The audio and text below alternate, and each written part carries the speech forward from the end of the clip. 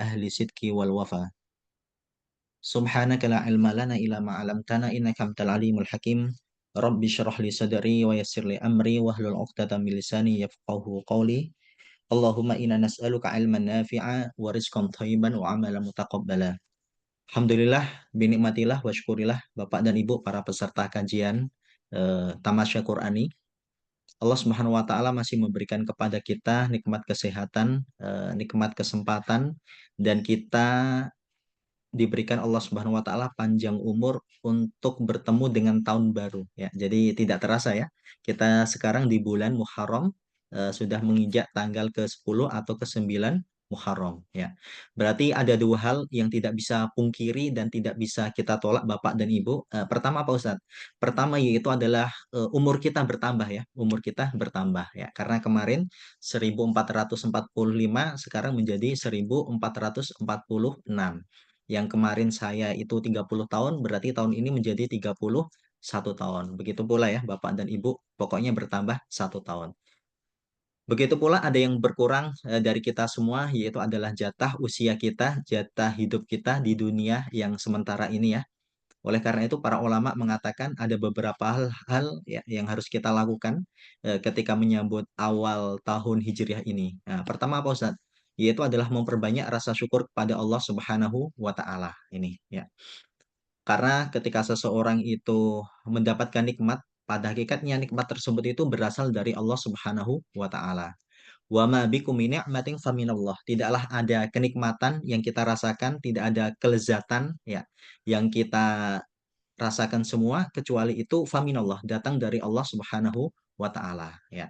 Wa in ta'uddu ni'matallahi la tuhsuha, begitu pula Allah Subhanahu wa taala mengatakan jauh-jauh hari, kalau kita mau menghitung nikmat Allah Subhanahu wa taala niscaya tidak akan pernah bisa ya. Oleh karena itu kita senantiasa bersyukur, bersyukur dengan lisan ya, bersyukur dengan hati, dan yang paling penting yaitu adalah bersyukur dengan perbuatan ya. Karena ada seorang ulama dari Arab Saudi namanya Syekh Abdul Aziz Al-Turaifi, beliau mengatakan syukuru ni'matillahi sababun li ni'mataini. Ketika seseorang bersyukur kepada Allah Subhanahu wa taala, maka pada hakikatnya akan melahirkan ya, akan mendatangkan dua nikmat yang berikutnya ya. Nikmat yang pertama adalah baqa'u nikmat. Nikmat tersebut itu masih ada ya. Jadi langgeng. Nikmat tersebut tidak Allah Subhanahu wa taala hilangkan. Kemudian yang kedua yaitu adalah wal barokatu fiha. Keberkahan, kemanfaatan, kebaikan yang ada di dalamnya ya. Mungkin sekarang ada orang yang diberikan Allah Subhanahu wa taala kesehatan, ada yang Allah Subhanahu wa taala titipkan harta, titipkan jabatan, ya, titipkan yaitu adalah segala potensi, namun ada kekurangan apa? Tidak bisa memberikan manfaat kepada orang lain. Nah, ya, seperti itu. Itu sangat disayangkan karena di dalam hadis dikatakan khairun nasi anfa'uhum linas. Sebaik-baik manusia adalah yang paling banyak memberikan manfaat kepada manusia yang lain. Oleh karena itu suatu saat Rasulullah SAW pernah mengatakan orang yang paling celaka itu adalah orang yang mandul. Ya, para sahabat saat itu kaget, ya Rasulullah, ini kita bagaimana ini? Kita nikah sudah lama, belum dikaruniai Allah Subhanahu wa taala keturunan. Maka kita termasuk orang yang celaka? Enggak. Orang yang mandul tanda kutip adalah orang yang Allah Subhanahu wa taala berikan potensi, berikan nikmat, tetapi ternyata apa? Tidak bisa berkontribusi ini, ya. Kemudian yang kedua, ketika seseorang tidak mau bersyukur kepada Allah Subhanahu wa taala, kata Syekh At-Turaifi belum mengatakan Allah Subhanahu wa taala akan menghilangkan ya, akan mengancam mencabut nikmat tersebut ya. Yang kedua, kalaupun nikmat tersebut itu ada, ternyata nikmat tersebut itu akan Allah Subhanahu wa taala hilangkan keberkahan nih. Nah, jadi orang diberikan Allah Subhanahu wa taala kesehatan ya, diberikan banyak rezeki, ya, banyak fasilitas, tapi ternyata apa? Barokahnya ini loh, manfaatnya ya kepada yang lain dia tidak bisa berkontribusi kepada yang lain ini. Wa ashqa minha. Dan ternyata nikmat tersebut Bapak dan Ibu akan menjadi sumber bencana kelak pada hari kiamat ya. Karena di dalam hadis dikatakan la tazalu qadama 'abdin yaumal qiyamati hatta yus'alu an arba'ah. Tidaklah kaki seseorang bisa bergeser kelak pada hari kiamat kecuali diberikan Allah Subhanahu wa taala 4 pertanyaan ya. Jadi seseorang itu macet gitu ya. Melebihi macetnya kemarin ya, Bu Tina ya, yang di mana itu? Yang haji, subhanallah ya. tiga Ya, juta orang gitu ya, macet gitu ya, melebihi exit Brebes gitu ya, tol Brebes gitu. Jadi seseorang itu macet nggak akan bisa bergerak sampai dihisap, sampai ditangi 4 perkara. Apa? Pertama adalah umurnya ini untuk apa? Ya, diberikan Allah Subhanahu wa taala 60 tahun, 70 tahun, 80 tahun untuk apa? Kemudian berikutnya masa muda nih. Nah, masa muda ketika jaya-jayanya, ketika segala fasilitas diberikan, ini untuk apa? Kemudian berikutnya ilmunya nih ya. Ilmunya ini untuk apa? Apakah dia eh, membela yang benar? Apakah dia menolong seseorang yang tertindas gitu ya? Kemudian berikutnya harta nih. Nah, harta akan ada 2 pertanyaan. Pertama adalah dari mana? Bagaimana dia memperolehnya? Dan untuk apa? Harta tersebut yaitu adalah dikeluarkan. Ini ya Bapak dan Ibu. Oleh karena itu, wajib kita bersyukur dan salah satu bentuk syukur yaitu adalah kita sering menghadiri majelis-majelis ilmu karena majelis ilmu itu merupakan salah satu taman-taman surga yang ada di dunia. Kemudian, alhamdulillah Allah Subhanahu wa taala memberikan kesempatan kita yang Bapak dan Ibu untuk menghadiri majelis tadabur dan tafsir Al-Qur'an yang kita berikan nama Tamasya Qur'ani. Ya, jadi kita akan menjelajahi ya peta emas dari setiap surah-surah yang ada di dalam Al-Qur'an ya. Karena Allah Subhanahu wa taala mengatakan di dalam surah Shad. Surah Shad ini surah yang berada di juz 24. Nah, nanti bisa dibuka ya. Shad itu surah ke-38 ya, 38 ayat ke-29. Ya, maaf jadi Allah Ustadz. Ustadz, ya. Ustadz udah dijadikan host ya. Sudah Ibu, alhamdulillah sudah. Ini sudah saya rekam. Nah, oke. Oke. Jadi surah Shad itu berada di dalam juz ke-24 surah yang ke-38 ayat ke-29 ya. Allah Subhanahu wa taala mengatakan kitabun anzalnahu ilaika mubarakun ya. Inilah suatu kitab, kitab Al-Qur'an anzalnahu ilaika yang kita turunkan kepada engkau ya Nabi Muhammad sallallahu alaihi wasallam. Ya. Liadab baru ya, mubarakun ya, yang penuh dengan keberkahan ya. Jadi subhanallah ya Bapak dan Ibu, Al-Qur'an semuanya penuh dengan keberkahan ya. Jadi kalau kita apa namanya kita dengarkan Al-Qur'an ya, kita akan mendapatkan kasih sayang Allah Subhanahu wa taala ya. Kita baca Al-Quran di dalam rumah kita dikatakan di dalam suatu riwayat gitu ya, para malaikat itu akan hadir ya, mendoakan ya orang yang membaca Al-Quran. Para setan akan kabur ya. Kemudian orang yang di dalam rumah itu akan betah. Nah, jadi orang yang di dalam Al-Quran itu apa? Dikerasankan, dibetahkan oleh Allah Subhanahu wa taala. Kemudian berikutnya diberikan barokah ya, diberikan kebaikan-kebaikan di dalamnya. Sebaliknya, rumah yang jarang dibacakan Al-Quran ya, maka apa? Para setan itu akan masuk ya. Para setan itu akan berdatangan ya. Tadkhulhu syayatin wa takhruju minhul malaikah, kebalikannya para malaikat itu akan pergi. Ya. Kemudian apa? Wayadiku bi ahli. Orang yang ada di dalamnya itu akan sesak, ya, akan sempit. Walaupun rumahnya itu sangat luas, fasilitasnya ada, ya, dia merasa sempit banget gitu ya. Di rumahnya itu kayak jenuh, penat, ya. Kemudian wayukilu al barokah. Nah, kemudian keberkahannya itu apa? Tidak ada ya. Banyak sekali itu adalah permasalahan cekcok antara keluarga dan yang lainnya ya. Itu kita dengarkan, kita baca, kita hafalkan ya. Kalau hafalkan kemarin atau di kajian yang sebelum-sebelumnya pernah kita sampaikan bahwa orang kelak kedudukannya di surga, Bapak dan Ibu, itu berdasarkan ayat yang terakhir yang ia hafalkan. Subhanallah ya ini ya. Dan ini menjadi motivasi kita untuk menambah dan menguatkan hafalan yang kita Gimana miliki. Ustadz? Ustadz maaf, gimana tadi Ustadz? Ustadz Oke, agak kecepatan ngomongnya jadi oke, baik. Ya, jadi saya ulangi ya. orang yang Jadi baca Al-Quran tadi Ustadz, yang ya, menghafal tadi. ya. Jadi orang yang menghafal Al-Quran juga diberikan keberkahan. Ya.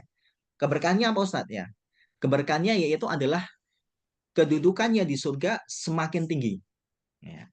Pernah suatu saat Ibunda Aisyah ditanya ya oleh Ummu Darda, wahai Ummahatul Mukminin, wahai Ibunda Aisyah, apakah perbedaan seorang yang mukmin ya ketika ia menghafalkan Al-Quran dan orang yang mukmin yang tidak menghafalkan Al-Qur'an ketika mereka memasuki di surga. Nah, itu ya. Jadi pertanyaan Ummu Darda, kira-kira ini ya eh, Ibunda Aisyah, perbedaannya apa? Orang yang mukmin ketika masuk surga, sedangkan yang satu menghafal Al-Qur'an, yang lainnya tidak menghafalkan Al-Qur'an. Maka Ibunda Aisyah mengatakan, Inna adada darojatil jannah kama adada ayi fil Qur'an. Sesungguhnya kedudukan ya seseorang di dalam surga itu sebagaimana kedudukan ya ayat di dalam Al-Qur'an. Nah, berarti para ulama memahami kalau orang hafalan Al-Qur'an semakin banyak, maka insya Allah kedudukan di surga dia semakin tinggi. Nah, otomatis dia akan mendapatkan apa? Fasilitas yang lebih mewah daripada fasilitas yang di bawahnya. Nah, ini ya. Jadi kalau Bapak dan Ibu tadi ya ada yang menghafal subhanallah ya, 4 juz, ada 3 juz, ada yang 1 juz, ada yang baru mulai. Bapak dan Ibu kelak ketika di akhirat itu akan mendapatkan apa? Kedudukannya. Nah, gitu ya. Nah, jadi ini adalah motivasi kita. Oke. Kemudian di sini ternyata Bapak dan Ibu, Al-Quran bukan hanya kita dengarkan, ya, bukan hanya kita baca, bukan hanya kita hafalkan, enggak. Di dalam surah Shad ayat ke-29, Allah SWT mengatakan, liyadab baru ayatihi. Agar kita mau mentadaburinya, merenungi, menghayati, mengkaji ayatihi, ayat-ayatnya, kandungan yang ada di dalamnya waliyatadzakkaru ulul albab dan bisa diambil pelajaran bagi orang-orang yang berakal. Ini ya. Ini adalah fungsi dari Al-Qur'an.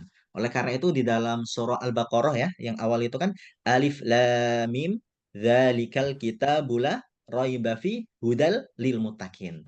Jadi Al-Qur'an yaitu adalah hudal lil muttaqin ya, petunjuk bagi orang beriman ya. Bagaimana Al-Qur'an itu bisa dijadikan petunjuk? Tentu Al-Qur'an itu apa? Harus kita kaji, harus kita tadaburi ya. Nah, harus kita pelajari tafsirnya ya. Kemudian ada seorang ulama yang beliau bernama Al-Ibrahim ya, Ibrahim Al-Khawas, Sayyid Al-Jalil Dul Mawahib wal Ma'arif ya. Jadi kitab Imam An-Nawawi ya, ini kitab At-Tibyan fi Adabi Hamalatil Quran. Beliau mengutip salah satu perkataan As-Sayyid. Sayyid ini artinya pemimpin, tuan. Al-Jalil yang agung. Dzul Mawahib wal Ma'arif ya, yang mempunyai mawahib. Mawahib ini apa? Mawahib itu adalah kelebihan-kelebihan yang banyak. Karomah-karomah yang banyak. Nah, oke. Oke. Kemudian berikutnya wal ma'arif. Ma'arif yaitu adalah memiliki ma'rifah. Nah, memiliki memiliki pengetahuan. Nah, siapakah dia? Ibrahim Al-Khawas ini ya. Namanya adalah ulama tersebut Ibrahim Al-Khawas. Ya. Beliau mengatakan dawaul qalbi khamsatu asya. Obat hati itu ada 5. Nah ini ya. Obat hati itu ada 5. Apa saja? Ya. Qiraatul Qur'ani bitadabbur. Ketika seseorang membaca Al-Quran dengan mentadaburnya, insya Allah ya, ini akan menjadi obat hati, penawar ya, penawar kita ya, dan akan menjadi pemecah ya, solusi bagi masalah yang kita hadapi. Nah, oleh karena itu para ulama dulu, kalau kamu ya mempunyai masalah apapun gitu ya, dikejar-kejar debt collector, kemudian anaknya mempunyai masalah, sedang sakit, udah deh baca Al-Quran ya, kemudian amati ya. Salah satu artinya yang sesuai dengan kebutuhan kita. Kemudian jadikan itu wirid, jadikan itu permintaan kepada Allah Subhanahu wa taala. Nah, gitu ya. Jadi qiraatul Quran bitadabur. Ini yang pertama ya. Yaitu obat hati. Yang kedua adalah wa khalaul batni dan kosongnya perut ya. Kosongnya perut. Nah, oleh karena itu ketika kita jumpai ya Bapak dan Ibu, orang yang berpuasa itu ibadahnya lebih semangat atau lebih lemas itu. Nah, ini ya barangkali ada yang puasa 10 Muharram ya. Tentu kita lebih semangat. Nah, jadi kalau orang ketika tidak puasa dia masih mikir, "Oh, nanti makan apa ya? Makan siang apa gitu ya." Tapi ketika orang berpuasa, yang dipikirkan, oh nanti habis ini mau ngapain gitu ya, mau ibadah apa. Nah, dia tidak memikirkan makanan lagi. Nah, kemudian berikutnya yang ketiga qiyamul lail. Ya, ini ya. Jadi ketika seseorang bertahajud, sholat malam ya, itu akan mensucikan ya, membersihkan hatinya. Kemudian watadoro inda sahri, dan dia memohon ampun ya, merendahkan dirinya kepada Allah Subhanahu wa taala, berdoa ketika waktu sahur, wa mujali satu solihin. Dan dia berkumpul dengan orang-orang yang baik ya, seperti yang kita lakukan pada kajian pagi hari ini. Nah, kenapa? Karena Bapak dan Ibu teman itu dinamakan sohib. Kenapa dinamakan sohib? Karena li'annahu yashab. Karena teman itu akan menarik teman yang lainnya. Nah, ini ya. Jadi kalau kita berteman dengan yang lain, ada dua pilihan. Kita diwarnai atau kita yang mewarnai. Nah, ya, kalau kita mewarnai dalam kebaikan, oke. Nah, it is okay gitu ya. Tapi kalau ternyata kita terwarnai dalam sesuatu yang buruk gitu ya, ya itu akan menjadi masalah ya gitu ya. Jadi ketika kita bertakwa, ketika kita baik sendiri ya, itu ternyata belum cukup. Nah, yaitu apa? Kita harus berkumpul dengan orang-orang yang soleh ya. Oleh karena itu kita adakan ya salah satu wasilah kita bersama, ikhtiar kita bersama, kita adakan yaitu kajian tamasya Qurani. Baik. Bapak dan Ibu yang dirahmati oleh Allah Subhanahu wa taala, kita memasuki kajian kita, kajian yang keempat ya, yaitu Tamasya Qur'ani menjelajahi peta emas Al-Qur'an. Pada pagi hari ini kita akan membahas surah Al-Ikhlas ya. Surah Al-Ikhlas ini menarik karena dianjurkan oleh Rasulullah SAW ya untuk kita baca ya. Kira-kira sehari semalam kita baca berapa kali nih, Bapak dan Ibu? Ayo, kita baca berapa kali Al-Ikhlas? Pertama, sebelum Yes. subuh, ya kan?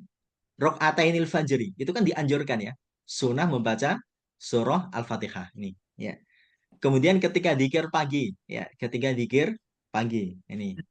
Kemudian berikutnya, setelah sholat maghrib. Nah, ini juga ya, dianjurkan sunnah membaca surah Al-Ikhlas. Ya. Kemudian ketika dikir siang, nih, ya. Maaf, dikir siang, dikir sore. Nah, ketika dikir sore. Adkarul masa, dikir sore. Kemudian berikutnya ketika mau tidur ya, ketika mau tidur. Nah, kemudian terakhir adalah ketika witir. Nah, minimal 6 kali. Minimal kita baca 6 kali, belum kita baca apa? Setelah sholat nih, setelah sholat itu juga apa anjuran ya. Atau ketika kita mau mau tidur ya itu. Kenapa Rasulullah SAW menganjurkan kita untuk memperbanyak membaca surah Al-Ikhlas? Insya Allah pada pagi hari ini akan kita buka bersama-sama. Oke. Baik, yang pertama kita akan membahas tentang muqaddimah ya, sekilas informasi surah Al-Ikhlas ini. Pertama, surah Al-Ikhlas ini terdiri 4 ayat ya, terdiri dari 4 ayat. Qul huwallahu ahad, ayat pertama ya. Allahu somad, kemudian yang ketiga, lam yalid wa lam yulad. Ini yang ketiga ya. Baru walam yakul lahu kufuwan ahad. Ini ayat yang keempat. Tapi di riwayat yang lain, Al-Ikhlas terdiri cuma 3 ayat.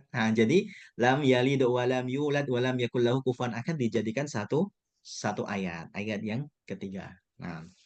Kemudian urutan di dalam mushaf ini ya, 112 ya, 112. Nah, ini ya. Berarti dia kira-kira di posisi kanan atau kiri nih, Bapak dan Ibu ya, surah Al-Ikhlas ini. Ya, di posisi kiri pojok paling atas. Nah, ini. Kalau halamannya 604 ya, surah Al-Ikhlas 112. Karena yang 113 surah apa? Di bawah Al-Ikhlas ya.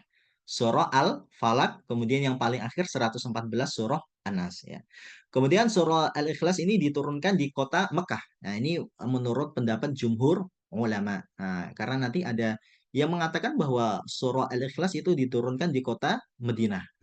Di kota Madinah. Tetapi yang kuat ya itu adalah di kota Mekah sebagaimana perkataan Ibnu Mas'ud, kemudian Hasan, Atha, Ikrimah, Jabir dan yang lainnya. Adapun kalau di Madinah itu perkataan yaitu Ibnu Abbas, Qatadah, Duhak, As-Sudi dan yang lainnya. Kemudian Al-Ikhlas ini merupakan surah ke-22 ya. Di dalam buku-buku yang lain saya mendapati Al-Ikhlas ini diturunkan ya ayat surah yang ke-19. Jadi ada dua pendapat ya. Kalau yang buku kita menjadikan marojik, buku referensi kita, Syekh Dr. Faiz As-Suraj, beliau memilih 22. 22. Tapi ada buku yang lain mengatakan yaitu ayat ke-19. Oke. Kemudian yang kedua yaitu adalah nama dari surah Al-Ikhlas. Ini apa saja dan apakah artinya ya? Di balik itu kandungannya apa? Ya, akan kita pelajari bersama. Jadi pertama Bapak dan Ibu para jamaah, surah Al-Ikhlas ini diberikan nama Al-Ikhlas karena mencakup tauhid ya kepada Allah Subhanahu wa taala, kemudian ikhlas beribadah kepadanya. Jadi kata ikhlas itu artinya murni. Nah, jadi ini adalah mengisahkan Allah Subhanahu wa taala, menunggalkan Allah Subhanahu wa taala, ikhlas ya. Kita memurnikan ibadah kepada Allah Subhanahu wa taala bukan kepada yang lainnya. Ini yang pertama. Kemudian Al-Ikhlas ini juga diberikan nama Qul Huwallahu Ahad ya. Jadi surah Qul Huwallahu Ahad. Kenapa? Karena surah ini dibuka dengan lafaz tersebut. Ya, saya kayak kemarin ya, kita nama lain surah Anas. Ada yang masih ingat? Surah apa? Qul a'udzu birabbin nas. Surah Al-Falaq. Nama lainnya apa? Qul a'udzu birabbil falaq. Alasannya apa? Karena surah tersebut dibuka dengan lafaz itu. Ini dia ya, alasannya. Nah, kemudian berikutnya surah Al-Ikhlas diberikan nama Al-Asas. Ya, apa itu? Asas ini artinya adalah pondasi. Ya. Asas itu apa pun? Pondasi. Karena di dalam surah Al-Ikhlas ini mengandung pondasi agama. Ya. Karena nanti di dalam asbabun nuzul, ya asbabun nuzul itu apa? Sebab turunnya Al-Ikhlas, ya itu adalah salah satu permintaan tuh ya orang kafir Quraisy ya bertanya, Muhammad ya Tuhanmu itu dari apa? Dari emas, dari perak ya atau dari aluminium gitu ya. Ya. Nah, maka mereka mengatakan siflana robbak. Nah, berikan kepada kami, kabarkan kepada kami sifat-sifat Tuhan engkau. Nah, ya. Ini ya. Oleh karena itu di dalam surah Al-Ikhlas ini akan mengandung pondasi agama Tuhan yang cocok disembah itu seperti apa. Nah, ataukah jangan-jangan Tuhan yang disembah selama ini oleh makhluk miliaran gitu ya. Ya, miliaran itu ternyata salah. Ya, insya Allah akan kita bahas pada kesempatan pagi hari ini. Nah, kemudian yang keempat, dia diberikan nama surah At-Tauhid. Surah At-Tauhid. Ya, karena tidak ada perintah ya di dalam surah ini kecuali satu ya, mentauhidkan Allah Subhanahu wa taala ya, menegaskan bahwa Allah Subhanahu wa taala itu adalah satu. Nah, ini. Kemudian terakhir surah Al-Ikhlas ini diberikan nama surah As-Somad. Nah, karena ada lafaz somad di dalamnya. Nah, baik. Kemudian tujuan surah ini menurut Syekh Faiz As-Suraj, beliau mengatakan menegaskan keesaan Allah Subhanahu wa taala dengan sempurna dan sifat ketuhanannya serta membersihkan dari kekurangan. Baik ya. Jadi di awal tadi kita ceritakan ya bahwa kafir Quraisy gitu ya, mereka itu bertanya kepada Rasulullah Shallallahu Alaihi Wasallam. Ya, salah satunya apa? Ungsub lana robbak, wahai Muhammad ya, Tuhanmu itu nasabnya itu seperti apa? Gitu ya, seperti apa? Ya, karena Tuhan yang mereka sembah pada pada saat itu harus mempunyai nasab yang baik. Jadi Tuhannya itu harus jelas. Ini siapa gitu ya. Ya, seperti di dalam surah An-Nuh itu ya, di dalam surah An-Nuh ya. Itu Tuhan-Tuhan yang disembah ternyata apa? Dulu itu adalah orang-orang yang baik. Nah, jadi para eh, orang kafir Quraisy gitu ya. Begitu pula orang Arabi yang bertanya, "Unsub lana rubbak," ya. Tuhanmu nasabnya itu seperti seperti apa? Kalau baik ya saya sembah. Kalau nggak baik nggak mau saya sembah. Seperti itu ya. Ya. Maka Allah Subhanahu wa taala menurunkan ya. Fa'anzalallahu taala kul huwallahu ahad. Katakanlah bahwa Allah Subhanahu wa taala itu adalah Esa. Allah Subhanahu wa taala itu adalah Esa. Esa di sini bukan satu, ya salah ya. Jadi orang yang memahami Allah Allah itu satu itu kurang tepat. Ya, Allah itu apa? Tunggal. Nah, karena kalau satu wahid, ya, maka di sini dikatakan satu. Kenapa? Di dalam surah ini Allah lebih memilih ahad daripada wahid. Ya, karena kalau wahid itu masih ada kemungkinan angka setelahnya bisa dua, bisa tiga, bisa empat. Nah, itu ya. Tapi kalau ahad tunggal esa cuma satu ya. Misal nih ya, calon presiden, ya, calon gubernur, calon tunggal ya. Yang lain nggak ada yang maju mesti. Tapi kalau dikatakan ini calonnya satu nih ya, yang baru daftar, setelahnya mungkin masih masih ada. Gitu ya. Jadi ada candaan ya. Ada seorang suami bertanya kepada istri, istrinya berapa? Satu, nggak mau istrinya. Istrinya mintanya apa? Tunggal. Seperti itu. Oke. Jadi kita balik kul huwallahu ahad. Dan di dalam ayat ini Bapak dan Ibu, Allah Subhanahu wa taala mengatakan kul, katakanlah ya, katakanlah. Di dalam Al-Qur'an para ulama mengatakan sesuatu yang dimulai dari kul, katakanlah wahai Muhammad, itu menyatakan hal tersebut itu sesuatu yang sangat penting. Sesuatu yang sangat penting, oleh karena itu apa? Minta diperhatikan. Ya, maka kalau ada kalimat kul itu apa? Perhatikan, ya. Ya, jadi siapkan telinga kalian, siapkan hati kalian, siapkan pikiran kalian apa yang Allah Subhanahu wa taala sampaikan. Ini. Huwallahu ahad. Allah itu satu. Ini menarik ya. Menariknya apa? Para ulama mengatakan surah-surah yang pertama kali diturunkan semuanya disampaikan memilih kata Robba, Tuhanmu ya. Kayak surah pertama ya. Surah apa yang pertama kali diturunkan? Surah Al-Alaq. Nah, gimana bunyinya? Iqra bismi rabbikal ladzi khalaq ya. Bacalah dengan nama Tuhanmu yang menciptakan engkau Muhammad. Nah, bukan Iqra bismillahi khalaq alladzi khalaq enggak. Ya, begitu pula ya di dalam surah Al-Mudathir. Ya ayyuhal mudathir kum fa'angdir wa rabbaka fakabbir. Ya. Wahai orang-orang yang berselimut nih, ya, kum fa'angdir, ya, bangun, ya, fa'angdir, berikan yaitu adalah peringatan, dakwai mereka. Warob baka fakabbir. Dan Tuhanmu besarkanlah. Jadi istilahnya viralkanlah tuh Tuhanmu. Ya. Kenapa?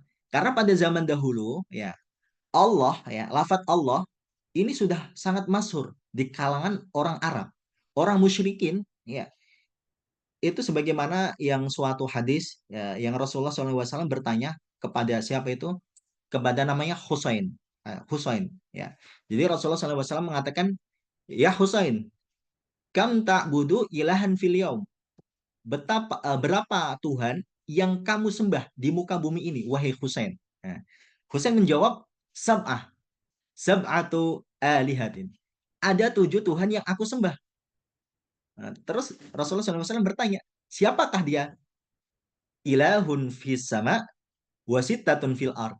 Ada satu ilah, satu Tuhan yang ada di langit, yaitu Allah gitu ya. Dan 6 Tuhan yang ada di muka bumi ini. Nah ini ya. Ini adalah apa? Di dalam Al-Quran. Oleh karena itu di dalam Al-Quran itu ya, salah satunya di dalam surah Luqman, wala in sa'altahu man khalaqas samawati wal arda la yaquluna Allah.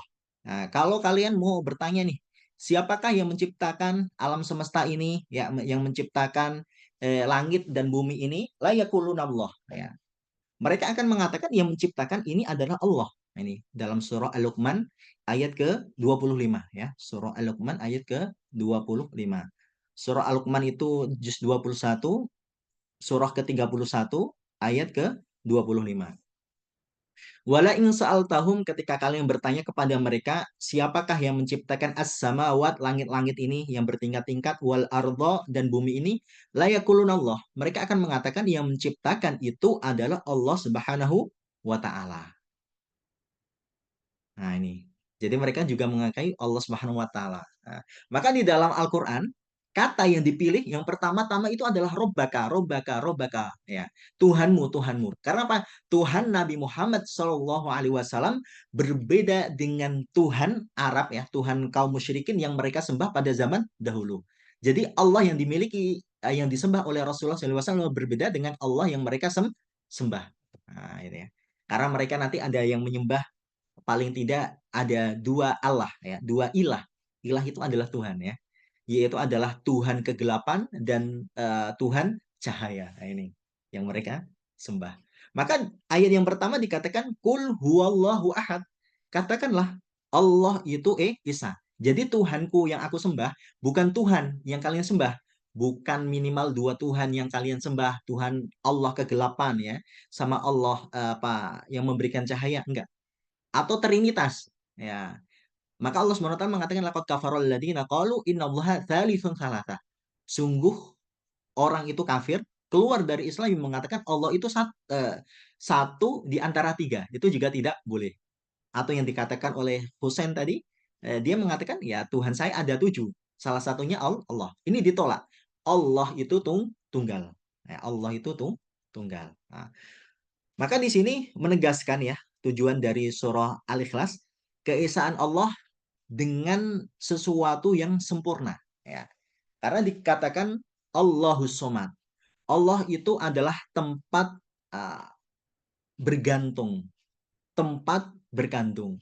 Tempat yaitu adalah menggantungkan segala urusan. Nah, nanti insya Allah kata somat akan kita bahas. Namun yang ingin kita bahas Bapak dan Ibu, keesaan Allah itu di mana? Keesaan Allah itu di mana? Para ulama mengatakan keesaan Allah itu ada empat. Keesaan Allah itu ada empat. Ya. Pertama, zatnya. Ya. Unsur di dalam diri Allah. Ya. Contoh nih. Ya. Nah, saya mempunyai apa ini baju. Baju saya yang berapa? Satu, tunggal, esa. Tapi ternyata apa? Di dalam baju sini Bapak dan Ibu itu ada kain, ada benang, ya. Kemudian ada kancing, ada apa namanya mungkin ada bordir, ada yang lainnya, ya. Begitu pula jam, ya. Jam satu.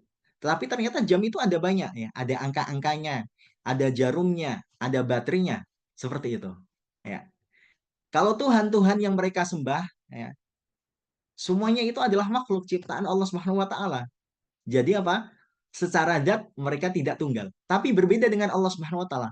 Allah itu apa? Zatnya satu, tidak ada unsur yang lain. Ini.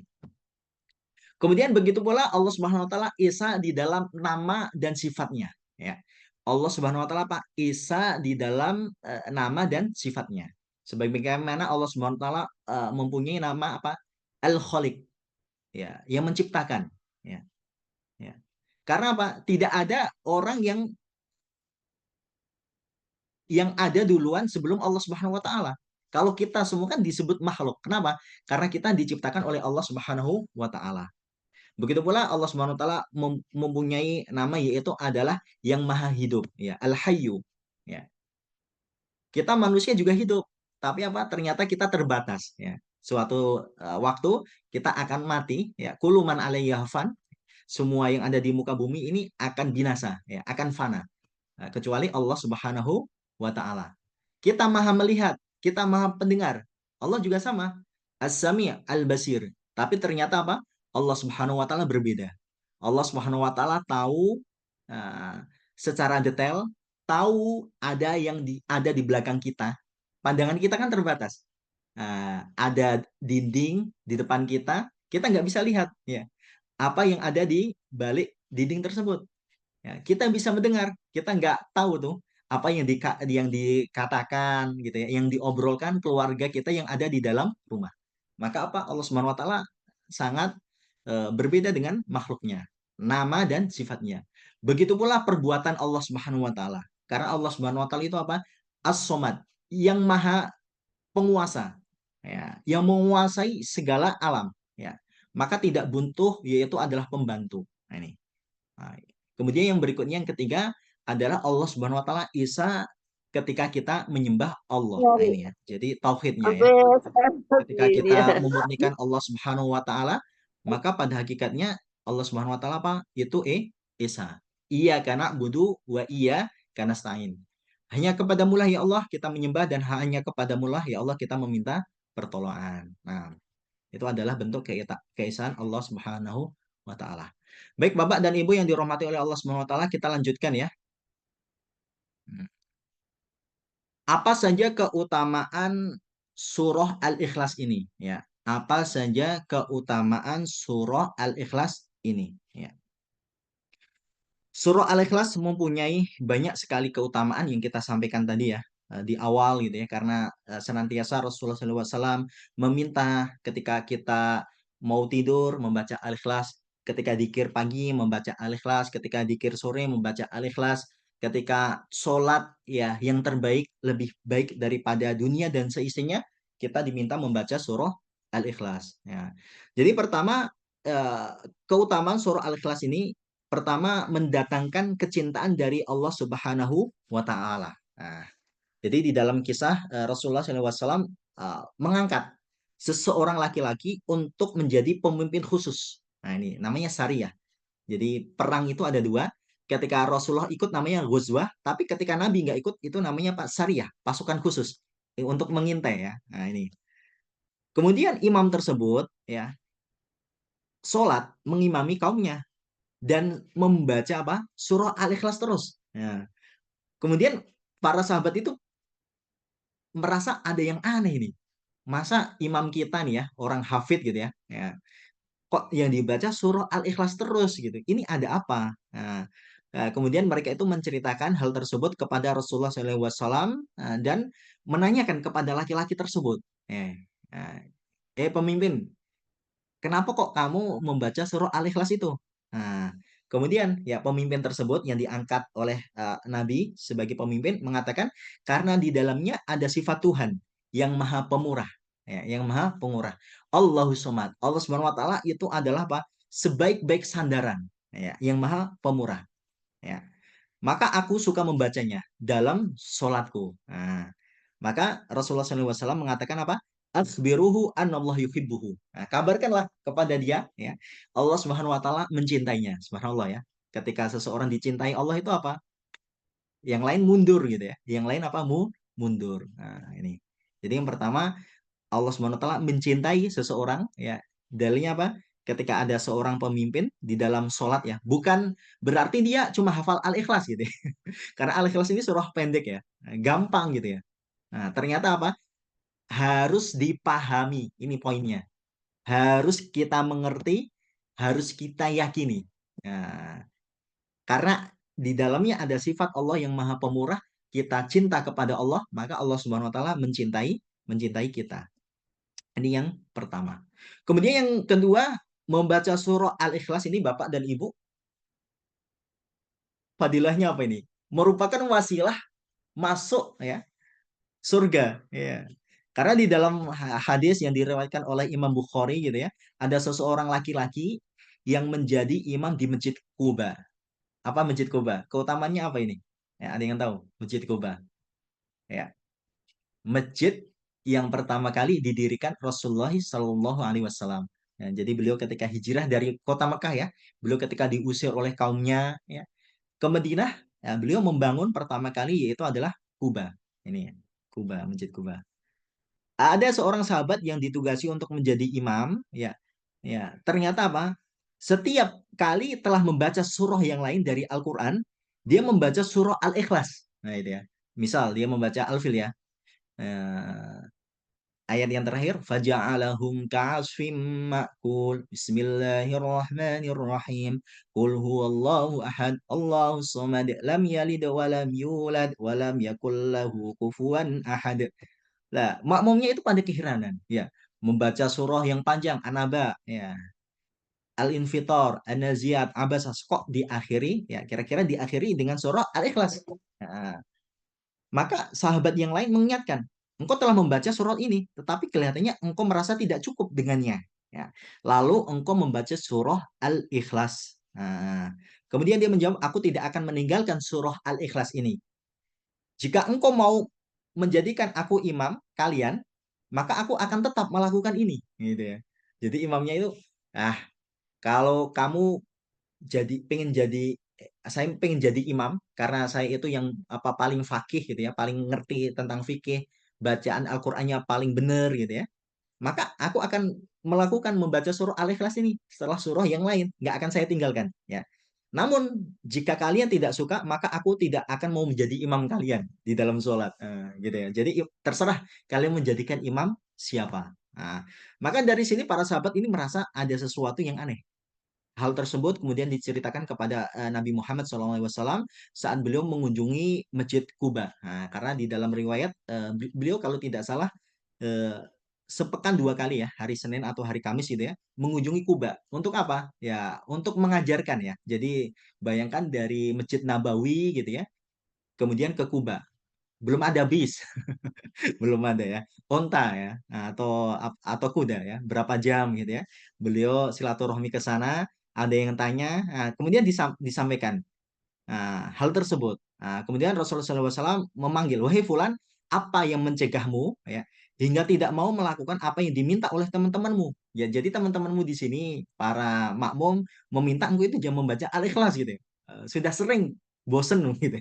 Atau surah yang lain deh supaya bervariasi. Kemudian laki-laki tersebut mengatakan, aku menyukainya wahai Rasulullah. Aku menyukai apa? Surah Al-Ikhlas tersebut ya Rasulullah. Maka mendengar jawaban itu Rasulullah SAW bersabda, hubbuka wa iyaka adkholatal jannah. Subhanallah. Luar biasa ini ya. Hubbuka, kecintaanmu, wa iyaha, kepada surat itu, kepada surah Al-Ikhlas, adkholakal jannah, akan memasukkanmu ke dalam surga.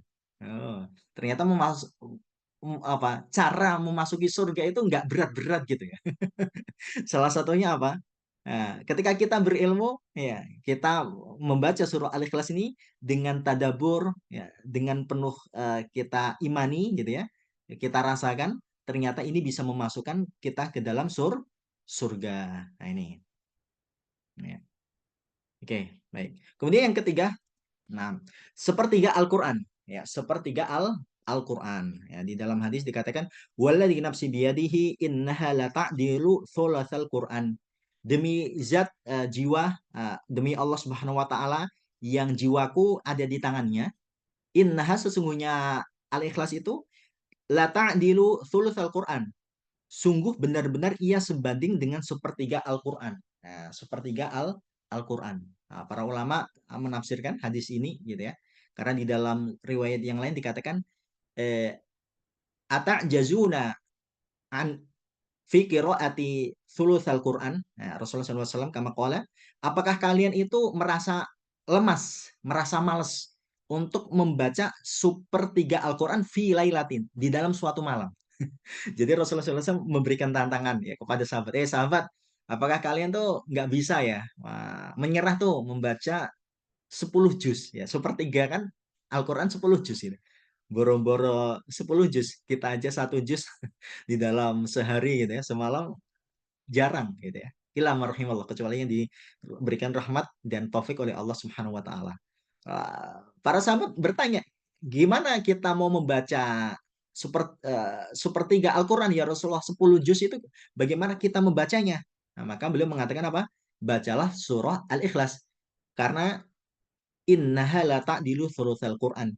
Karena membaca surah Al-Ikhlas itu sama saja sebanding dengan sepertiga Al-Quran. Para ulama menafsirkan maksudnya ini adalah kandungannya ya.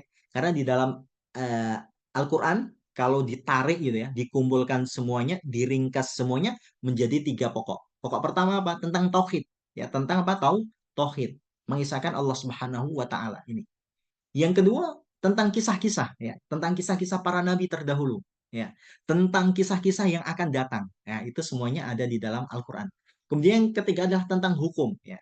Ya, tentang hukum-hukum dan tentang akhlak-akhlak. Ini di dalam Al-Qur'an. Maka dikatakan kalau ada tauhid ya berarti sepertiga Al-Qur'an. Tapi ada mengatakan enggak. Jadi pahala Al-Ikhlas itu ketika kita baca maka sama saja kita telah membaca sepertiga dari Al-Qur'an. Wallahu a'lam bishawab.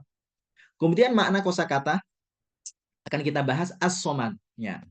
Apakah yang dimaksud dengan as-somad ini? Ya. Dr. Faiz As-Suraj mengatakan as-sayyid. Nah, jadi somat itu adalah tuan ya. Suatu penguasa, suatu raja yang sempurna kekuasaannya dan kekayaannya. Nah, ini ya. Jadi suatu majikan gitu ya. Suatu raja, suatu presiden gitu ya, suatu pemimpin yang mana apa? Kesempurnaannya itu apa? Ya, sempurna. Kekuasaannya itu sempurna, begitu pula kekayaannya itu sempurna. Nah, ini. Maksudnya apa? Dia bisa melakukan segala hajatnya. Nah, ini. Dia bisa melakukan segala hajatnya. Nah, ini ya. Apa? Allah Subhanahu wa taala dikatakan Al-Muhyi, yang menghidupkan, ya. Al-Mumit, yang mematikan, ya. Yang lain nggak bisa, yang lain tidak bisa. Nah, oleh karena itu ketika Nabi Ibrahim alaihissalam ketika dikatakan di dalam Al-Qur'an ya, juz ketiga ya. Alam tara ilal ladzi haja Ibrahim fi rabbih an atahu Allahul mulka. Ya. Lihatlah kisah Nabi Ibrahim alaihissalam ketika ada orang berdebat kepadanya, Ibrahim, tunjukkanlah Tuhan yang kamu sembah itu mempunyai kekuasaan. Ya. Kemudian Ibrahim mengatakan, qala rabbi yuhyi wa yumit. Tuhanku ya bisa menghidupkan, bisa mematikan. Kemudian raja tersebut mengatakan, ana wahyi wa umit. Aku juga bisa mematikan, bisa menghidupkan. Gimana caranya? Ya. Datangkan dua orang, yang satu dipenggal mati, yang satu hidup, dibiarkan hidup. Ini. Kemudian Nabi Ibrahim mengatakan, oh ini orang-orang yang engkel. Akhirnya langsung ya, sekat mat gitu ya. Qala innallaha ya'ti bisyamsi minal masyriq fa'ti biha minal maghrib. Sekarang gini deh ya. Wahai raja, Raja Namrud nih ya. Tuhanku itu bisa mendatangkan matahari dari arah timur ya. Menerbitkan matahari dari arah timur. Kalau kamu ngaku Tuhan, udah deh, datangkan matahari dari arah barat. Ternyata apa fabuhital ladzi kafar. Orang yang kafir itu bingung gitu ya, nggak bisa menjawab. Begitu pula Allah Subhanahu wa taala mempunyai sifat Ar-Razzaq. Nah, Ar-Razzaq itu apa? Yang memberikan rezeki. Ya, memberikan rezeki. Suami kita juga bisa memberikan rezeki, Ustadz. Majikan kita bisa memberikan rezeki. Berbeda. Karena Allah Subhanahu wa taala memberikan rezeki itu kepada seluruh makhluknya secara sempurna, tidak terbatas, ya. Namun yang lain apa? Terbatas. Terbatas karena semua milik Allah Subhanahu wa taala. Oleh karena itu secara bahasa ya kata as-somad ini dikatakan itu adalah benda yang padat ya. Jadi benda padat yang sangat padat itu dinamakan as-somad.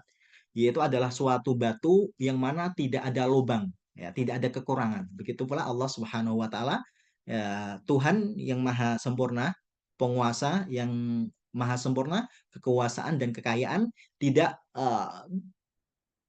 tidak memerlukan bantuan yang lain, bisa melakukan segala hajatnya ini.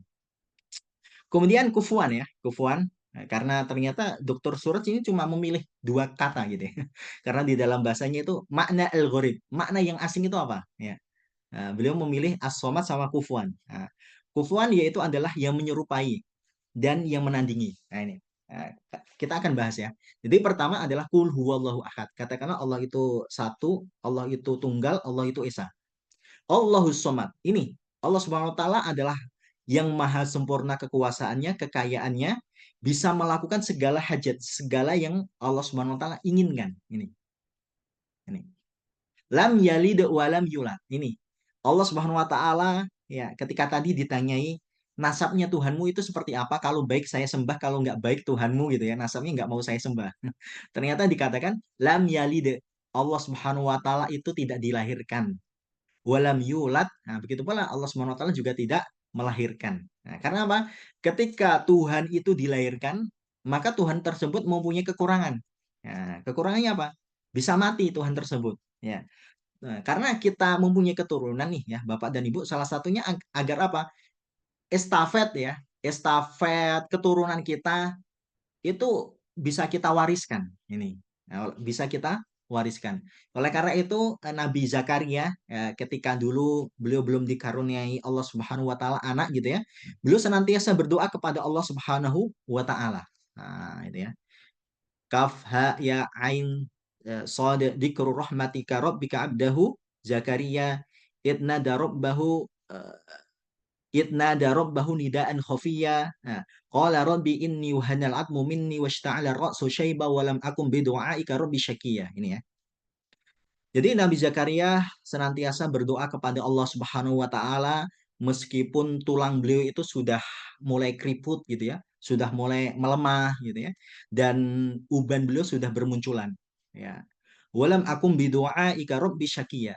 Tapi saya nggak akan pernah ya merasa putus asa untuk berdoa kepada Engkau ya Allah. Kenapa? Wa ini khiftul mawaliya min wara'i wa kanat imra'ati akira fahab li min ladunka waliya. Karena saya takut nih tidak mempunyai keturunan, sedangkan istriku itu adalah orang yang mandul, ya sudah sepuh, sudah monopes, gitu ya. Fahab li min ladunka waliya. Maka berikan aku, yaitu adalah keturunan di sisi engkau ya Allah. Yarithuni wa yarithu min ali Ya'qub. Ini. Jadi Nabi saja, Bapak dan Ibu berdoa agar diberikan anak, di antaranya Nabi Zakaria, agar bisa mewarisi diriku, kenabian ini. Wa yarithu min ali Yaqub, begitu pula keturunan Nabi Yakub. Waj'alhu rabbi radiyah, jadikanlah dia itu adalah engkau, seseorang yang engkau ridhoi ya Allah, ini ya. Jadi Allah Subhanahu wa taala lam yalid, tidak melahirkan, ya, tidak dilahirkan, kemudian juga tidak melahirkan. Karena kalau Tuhan itu dilahirkan gitu ya, kita bingung nanti status anaknya Tuhan ini apa gitu ya. Kalau ternyata Tuhannya itu mempunyai anak dua, bukannya Tuhan tersebut itu anak-anak Tuhan gitu ya, saling berebut kekuasaan gitu ya. Begitu pula kalau Tuhan itu dilahirkan, lah status bapaknya Tuhan itu apa?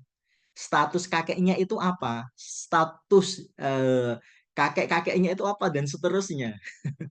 Maka Allah SWT ya, orang mau dikatakan Tuhan harus Esa satu dulu secara zatnya. Dikatakan Tuhan, nah, itu apa? Harus yang maha kaya.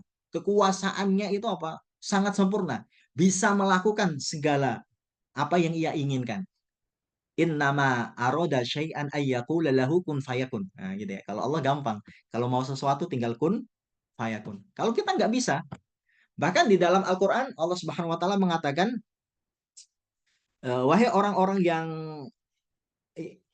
wahai orang-orang musyrik nih, ya, ya ayuhan nas, wahai sekalian manusia, duriba mathalun fastami'ulah. Telah Allah Subhanahu Wa Taala buat suatu permisalan, fastami'ulah. Dengarkan permisalan ini dengan baik-baik. Apa? Innal ladina tad'una Allah. Nah, ini di dalam surah Al-Hajj ya, di dalam surah Al-Hajj. Al-Hajj itu surah ke-17 ya. Nah, lembar kanan nih ya, paling atas gitu ya. Nah, sebelum surah Al-Mu'minun itu ya. Nah, ayat ke belum 74 ya, ayat ke-74. Ini, ayat ke-74. Ya. Jadi kiri, maaf tadi kanan ya, kanan paling atas surah Al-Hajj juz ke-18. Kalau surahnya ke-22 ayat ke-73 ya, 73. Allah Subhanahu wa taala mengatakan innal ladzina tad'una min dunillah, sesungguhnya orang yang kalian sembah selain Allah Subhanahu wa taala la yakhluqu dzubaban, tidak akan bisa menciptakan lalat. Walau istama'ulah, meskipun mereka itu berkumpul ya, para ahli gitu ya, para profesor, para doktor gitu ya, kumpullah kalian gitu ya, menciptakan lalat ya, menciptakan makhluk yang hidup gitu ya, bukan robot. Robot itu makhluk nggak hidup, kalau baterainya mati ya mati. Tapi ini benar-benar bisa bergerak. Ini ya, wa iyaslubumul dzubabu syai'an la yastanqidhu min. Subhanallah ya, ini ilmiah. Kalau lalat itu ya merampas makanan yang kita miliki, yang kita mau makan gitu ya, roti gitu katakanlah gitu ya. Ya, ternyata apa? Kita nggak akan bisa merampas apa yang telah dirampas oleh lalat. Kenapa? Karena apapun yang dirampas oleh lalat ternyata sudah terkena air liur dari lalat, dan itu ternyata berbahaya gitu ya. Ternyata apa? Bisa mengandung, yaitu adalah virus. Maka dikatakan doa fatolibu wal matlub. Maka sungguh lemah orang yang menyembah dan orang yang disembah.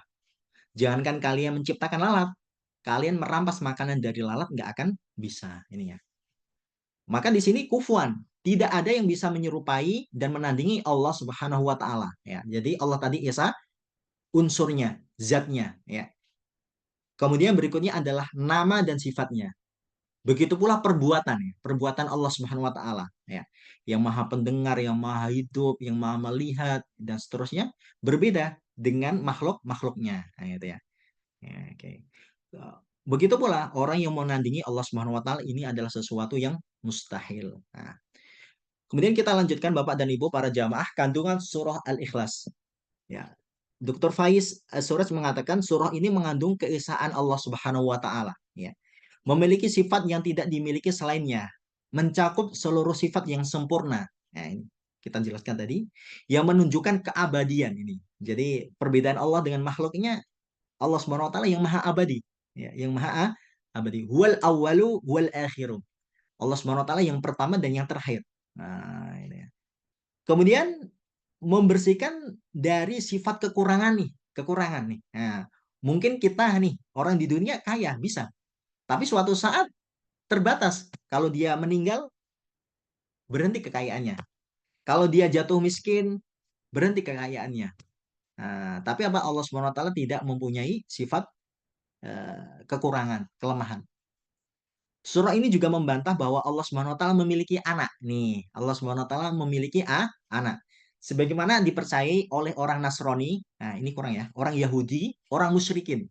Eh, Siapakah yang dikatakan oleh anak orang Nasrani? Nabi Isa alaihissalam. Nah, dia mengatakan apa? Eh, Isa bin Isa bin Maryam, itu adalah anak Allah Subhanahu wa taala. Nah, ini salah. Begitu pula orang Yahudi mengatakan waqalatil zahudu Uzair binullah. Kalau tadi Isa binullah. Nah, Isa anaknya Allah dibantah. Uzair binullah. Uzair ini adalah seorang nabi gitu ya. Orang Yahudi sebagian golongan mengatakan Uzair nabi yang taat ini adalah anak Allah. Nah, itu. Sedangkan orang orang apa ini namanya? Orang musyrikin mengatakan bahwa anak Allah itu adalah para malaikat. Nah, gitu ya. Jadi anak Allah itu adalah malaikat. Nah, waja'alu bainahu wa bainal jinnati nasabah. Begitu pula ada mengatakan ya orang-orang musyrikin bahwa anak-anak Allah Subhanahu wa taala itu adalah jin. Maka dikatakan di dalam surah As-Saffat ya, waja'alu bainahu wa bainal jinnati nasabah ayat ke-158, 159. Dan mereka adakan hubungan nasab antara Allah dan antara jin. Walaqad alimatil jinnatu innahum lamuhdharun ya. Sesungguhnya para jin itu mengetahui mereka itu benar-benar akan diseret ke dalam neraka. Subhanallah ya amma yasifun, maha suci Allah ya atas yang mereka sifatkan. Ini. Jadi kembali lagi kandungan surah Al-Ikhlas ini adalah mengandung pengisaan Allah, Allah itu tunggal, memiliki sifat yang tidak dimiliki oleh yang lainnya. Maka otomatis secara sini apa? Tuhan-Tuhan yang lain gugur. Ya, Tuhan-Tuhan yang lain apa tidak layak disembah. Mencakup seluruh sifat yang sempurna, nah, gitu ya. Menunjukkan sifatnya itu terus-menerus. Nah, membersihkan sifat dari kekurangan dan kelemahan. Ya. Surah ini juga membantah bahwa Allah Subhanahu Wa Taala mempunyai anak. Enggak. Oke. Kemudian tema di dalam surah Al-Ikhlas ini cuma satu, tauhid kepada Allah Subhanahu wa taala. Ini cuma satu ya. Maka disebut Al-Ikhlas, murni. Nah, karena kalau surah-surah yang lain itu ada perintah atau kandungan yang lain. Tapi ternyata surah Al-Ikhlas ini dari awal sampai akhir menjelaskan siapakah Allah itu. Siapakah yang berhak disembah. Ternyata berbeda dengan yang lainnya. Ini maka tauhid kepada Allah. Nah, baik. Para jamaah yang dirahmati oleh Allah Subhanahu wa taala, kita akan melanjutkan munasabatul surah. Jadi hubungan korelasi antara surah ini pertama yaitu korelasi dengan surah sebelumnya. Ya, jadi kalau secara ini ya, secara apa namanya? Tartibu mushafi, urutan mushaf sebelum surah Al-Ikhlas. Surah apa? Ada yang mau jawab? Apa ini? Ya. Al-Ikhlas kan kiri paling atas. Nah, berarti kalau sebelumnya gitu ya, kita baca dari depan gitu ya. Dari awal Al-Fatihah, berarti sebelumnya surah apa? Bapak dan Ibu, ada yang menjawab? Ya, surah Al-Lahab, Al-Naam, Al-Lahab. Ahsan. Nah, barakallah ya. Surah Al-Lahab atau surah Al-Masad. Nah, ini. Surah Al-Lahab atau Al-Masad. Nah, dia 603 ya. Pojok kanan, paling bawah. Nah, setelah Allah Subhanahu wa taala memberikan ancaman nih kepada paman beliau ya Abu Lahab gitu ya di dalam surah Al-Masad ini, maka datanglah surah Al-Ikhlas yang menjelaskan loyalitas Allah Subhanahu wa taala hanya kepada Allah. Nah, karena ketika surah Al-Lahab ini diturunkan gitu ya, dan ini insya Allah episode berikutnya gitu ya, Abu Lahab itu marah gitu ya kepada Nabi Muhammad gitu ya. Alihada jamak tanah. Jadi Nabi Muhammad SAW itu berdiri ya. naiki Gunung Kubes ya, tahu ya, Gunung Kubes itu adalah sofa, gitu ya, sofa gitu ya. Eh, Beliau memanggil, wahai kabilah A, wahai kabilah B, ke sini gitu ya. Semua berkumpul. Menurut kalian nih, kalau saya ngomong di belakang bukit ini ada pasukan musuh yang menyerang, kalian percaya nggak? Percaya, engkau itu alamin. Kami belum pernah mendengar engkau itu adalah apa seorang pendusta. Nah, kemudian Abu Lahab ya ketika beliau mengatakan bahwa Allah itu esa, Abu Lahab marah. Tabban laka ya Muhammad alihada jamak tanah. Sungguh celaka engkau Muhammad. Ataukah gara-gara ini ya engkau rela mengumpulkan kami gitu ya. Ya. Nah, kemudian Abu Lahab mengatakan, saya itu orang yang mempunyai banyak harta, banyak anak gitu ya. Maka nanti dikatakan ma'aghna'an humaluhu wa makasab. Nah, jadi di dalam surah Al-Ikhlas ini dikatakan ternyata Tuhan yang dipercayai oleh Abu Lahab dan para pengikutnya kaum musyrikin Quraisy ya itu salah. Itu semuanya salah. Al-Ikhlas ini datang menjelaskan wala. Wala itu adalah loyalitas atau kecintaan Rasulullah Rasulullah SAW itu hanya kepada Allah. Jadi Allah yang kita sembah nih ya, itu berbeda dengan Allah yang kalian sembah. Ini. Kemudian berikutnya korelasi awal surah dengan akhir surah. Nah, ini menarik ya. Awal ayat ini Kul huwallahu ahad ayat pertama dan ayat yang terakhir walam yakul lahu kufuwan ahad gitu ya. Sama-sama diakhiri dengan kata ahad yang berarti adalah esa. Tuhan itu esa dan tidak ada yang bisa menandingi Tuhan yang esa. Ini dia. Nah, kemudian yang terakhir yaitu fawaid surah ya, fawaid surah atau fawaid ayat. Yang pertama kata Ibnu Jauzi, beliau mengatakan Kul huwallahu ahad. Surah Al-Ikhlas ini adalah sepertiga dari Al-Quran ya, sebagaimana yang diriwayatkan oleh hadis-hadis yang diantaranya yang telah kita jelaskan tadi. Karena isi dari Al-Quran itu ada tiga ya, kata Ibnu Jauzi. Pertama adalah tentang tauhid, ya, pengisaan Allah, ya, pengisaan Allah itu ya. Bahkan tidak ada nabi yang diutus oleh Allah Subhanahu wa taala walaqad ba'atsna fi kulli ummatin rasulan an ibudullah wastanibut tagut. Tidaklah kami mengutus ya seluruh rasul yang ada di setiap umat kecuali dua. Ani ibudullah, menyembah Allah, wastanibut tagut dan menghindarkan dari tagut ya, sesembahan yang lain selain Allah Subhanahu wa taala. Nah, maka di sini isi dari Al-Qur'an tauhid, mengisahkan Allah nih, mengisahkan Allah. Kemudian berikutnya hukum ya. Tentang hukum apa ini ya? Hukum banyak ya. Hukum peperangan, hukum perdagangan ya. Kemudian hukum ketika kita bermuamalah dengan yang lainnya. Nah, banyak sekali hukum-hukum ya. Kemudian berikutnya tentang cerita nih, tentang cerita ini. Oleh karena itu surah ini telah mencakup penegasan kesempurnaan tauhid Allah Subhanahu wa taala, maka ia sepertiga dari Al-Qur'an ini. Ini maksudnya adalah maknanya. Nah, kemudian yang kedua, Qul huwallahu ahad Allah somad Ibnu Asyur menarik ya. Kemungkinan sebagian orang, terutama orang kafir Quraisy gitu ya, akan mengira yang diturunkan huwallahul ahadu somad ini. Nah, jadi apa? Bukan kul huwallahu ahad Allahu somad enggak, tapi huwallah dialah Allah al-ahad yang satu, yang esa, yang tunggal, as-somad ya, sebagai sandaran. Nah, sebagai apa tempat meminta. Enggak. Tapi ternyata tidak demikian karena ini supaya tertancap ya di dalam diri jiwa kita.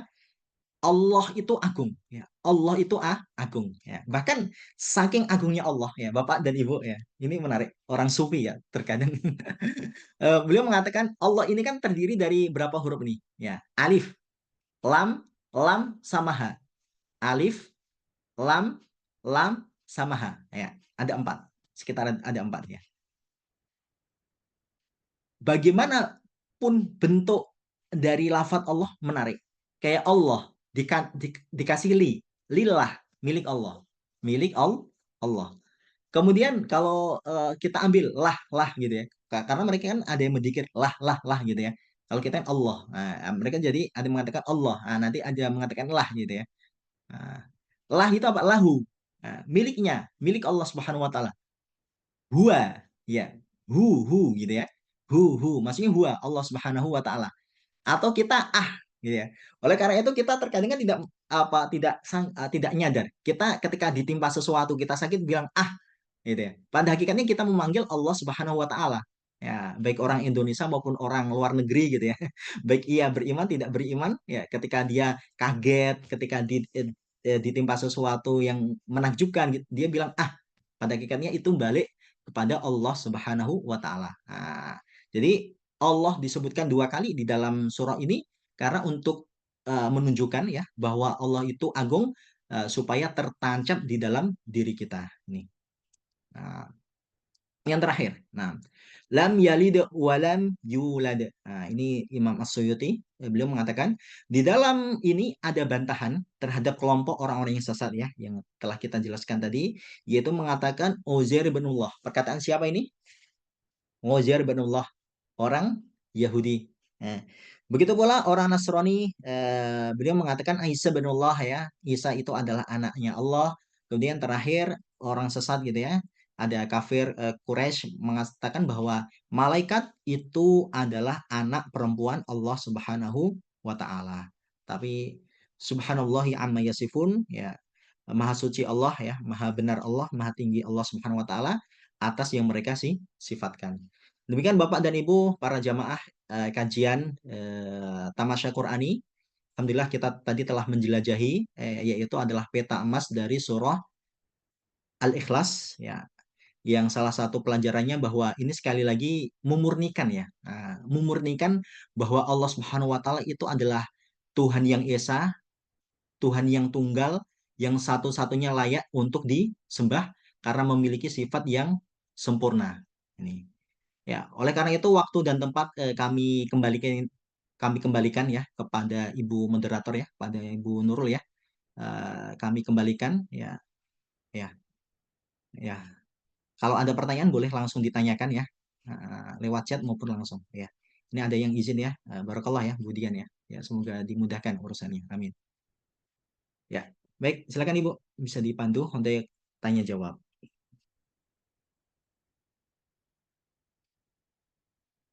Mohon maaf Ibu, masih di mute. Nah, ya, masih di mute. Suara Ibu Nurul ya, masih di mute.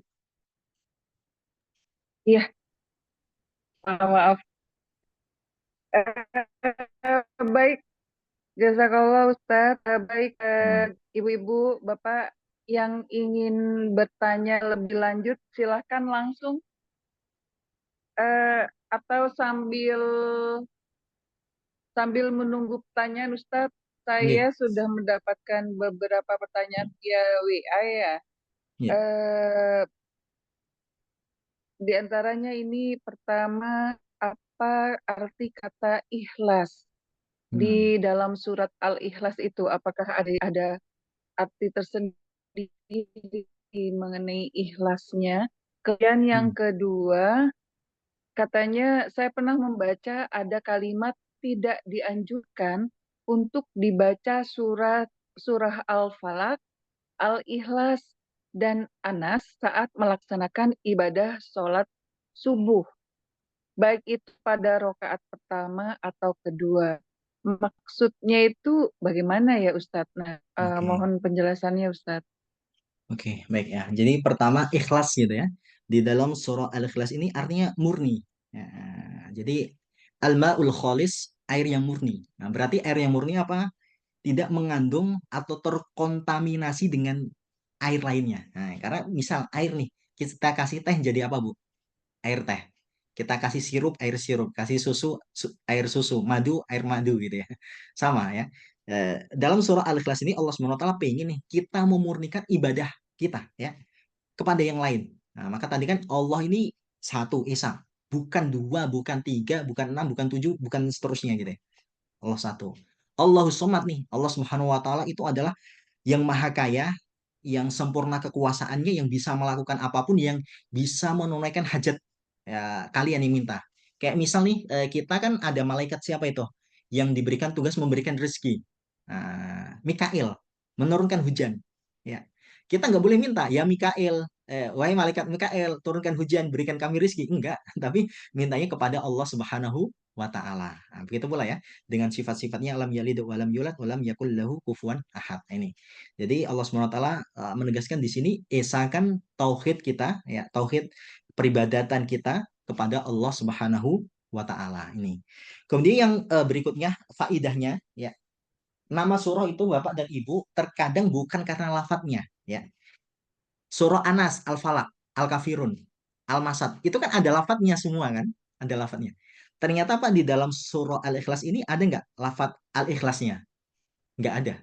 Ya, nggak ada ya. Hmm. Berarti ini karena apa? Maknanya ya. Karena maknanya.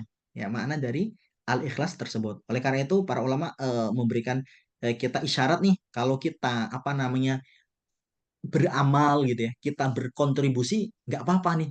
Ya, nama kita nggak usah dicantumkan. Ya, nama kita apa nggak usah dicantumkan. Jadi kita tanda kutip di balik layar tidak masalah ya. Nah, yang penting apa? Kita ikhlas. Nah, gitu ya. Jadi pelajaran dari ikhlas itu nggak apa-apa kita tidak disebut, tidak dinilai seseorang. Yang penting makna kita ya, kontribusi kita itu nyata. Nah, gitu ya. Al-ikhlas itu ya. Ya, jadi pertama maknanya itu adalah tentang tauhid, ya, pengisaan kepada Allah Subhanahu wa taala dari peribadatan yang lain. Kemudian tadi pertanyaan berikutnya yang kedua, ada yang mengatakan bahwa tidak dianjurkan membaca surah Al-Ikhlas ini di dalam apa? Surah eh, sholat subuh. Uh, Anas Al-Falaq gitu ya.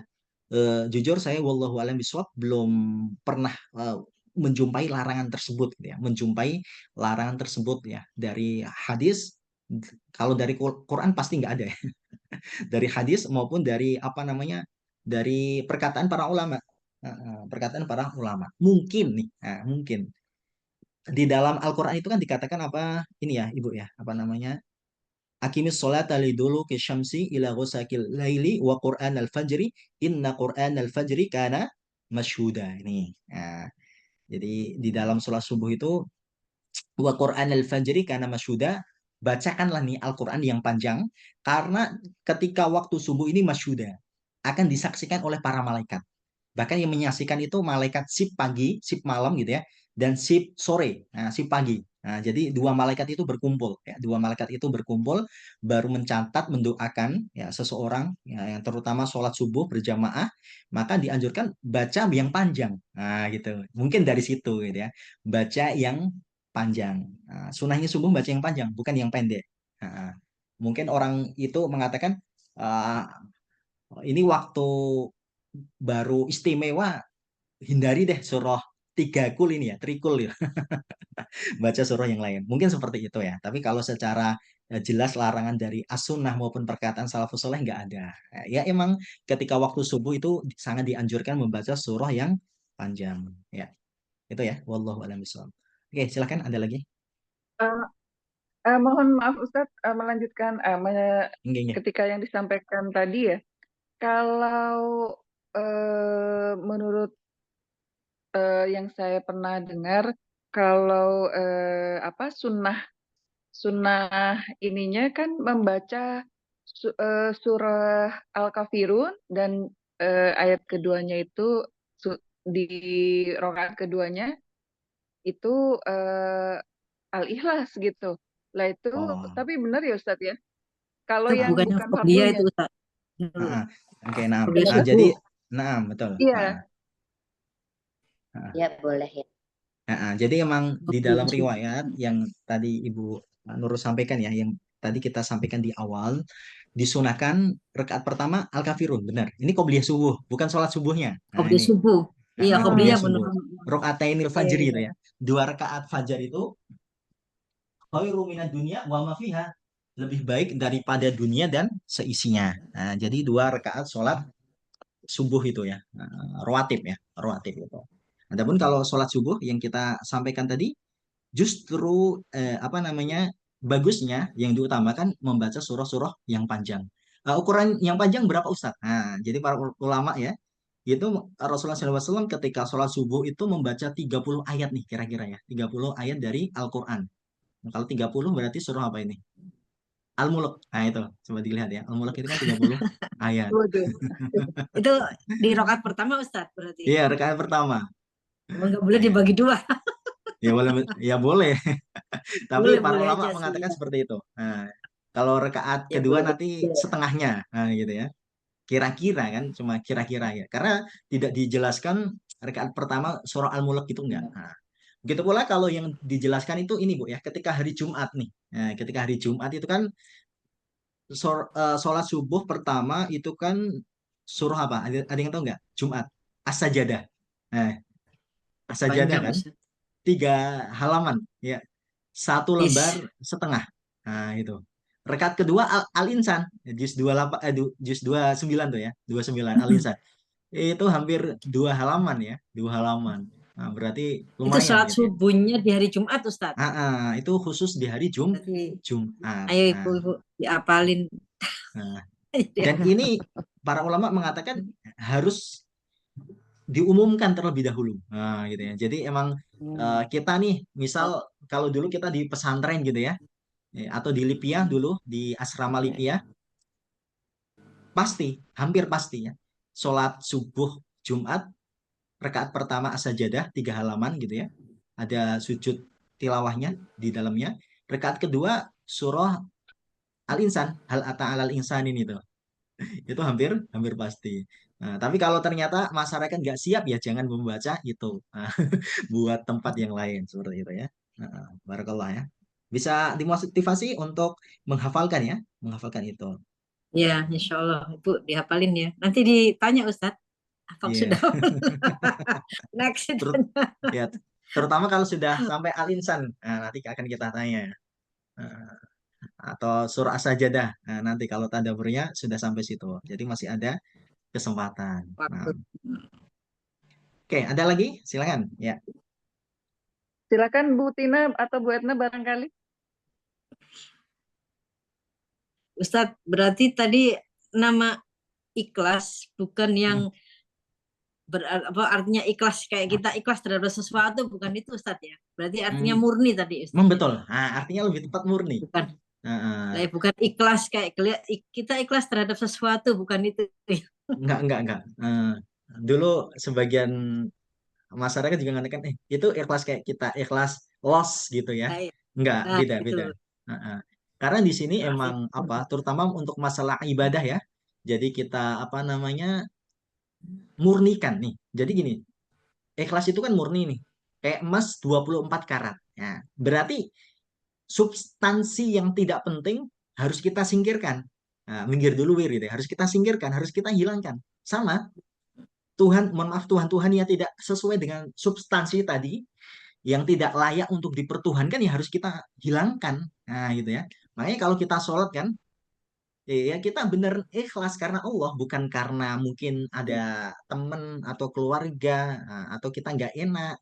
Kita beribadah ya, apapun itu ya, Bapak dan Ibu para jamaah, kita benerkan tujukan ini ikhlas untuk hanya karena Allah Subhanahu wa Ta'ala, ya. Bukan karena substansi-substansi yang lain. Nah, misal kalau kita ibadah ya, ya kita kan mungkin ada orang mengatakan, Masya Allah nih, habis umroh, habis haji nih, Subhanallah, ini Bapak ini ya, Masya Allah nih, apa tabarakallah nih, infak sekian. Itu ya wajar kalau manusiawi, tapi bukan substansinya. Yang masalah itu kita melakukan ibadah, kemudian hal-hal duniawi masuk, maka itu tidak substansi, maka tidak ikhlas, maka harus kita singkirkan. Nah, itu ya, itu adalah arti dari ikhlas. Nah, Ya hampir-hampir ini sih sedikit mengarah ke ikhlas-ikhlas yang Mirip, itu Ustaz, karena mirip, iya. murninya itu. betul murni. Nah, Terus ini Ustaz, kenapa diturunkan sebab yaitu asbabun nujumnya disebab apa diturunkan surat Al-Ikhlas. ya, asbabun nuzulnya ada dua Ibu ya. Yang jelas kita jelaskan tadi bahwa ada seorang A'robi itu apa namanya? Orang ini, Badui. Nah, tapi bukan Badui yang ada di Banten itu ya. Jadi Badui beneran gitu. Karena Badui itu rumahnya berpindah-pindah. Nah, jadi terkadang masyarakat itu, para sahabat itu sebenarnya seneng. Kalau ada orang Badui, seneng. Karena kenapa? Orang Badui itu nggak punya malu. Gitu. Tanda kutip Wah, kalau tanya itu langsung terbuka gitu ya. Kalau sahabat kan kadang perkewuh dengan Rasulullah nih, kayak orang-orang Jawa gitu. Tapi kalau Badui, orang yang belum mempunyai ilmu, langsung jebret-jebret gitu ya, kalau ngomong gitu. ya, yang nggak salah juga Ustadz karena dia kan Ya, nggak punya ilmu dari betul. Itu tadi makanya nggak. Maka ada suatu saat ya kisah yang menarik gitu ya. Orang Badui itu kan ya mohon maaf kencing di Masjid Nabawi gitu ya. Kemudian para sahabat mengatakan apa? Mau mencegah gitu ya, mau menghardik gitu ya, gila, mau bilang, orang gila, sana sana, jangan pipis di sini. Ini kan tempat buat sholat gitu. Tapi Rasulullah SAW mengatakan apa? Tinggalkan, tinggalkan, biarkan dia apa namanya menunaikan hajatnya terlebih dahulu. Nah, karena ada hikmahnya.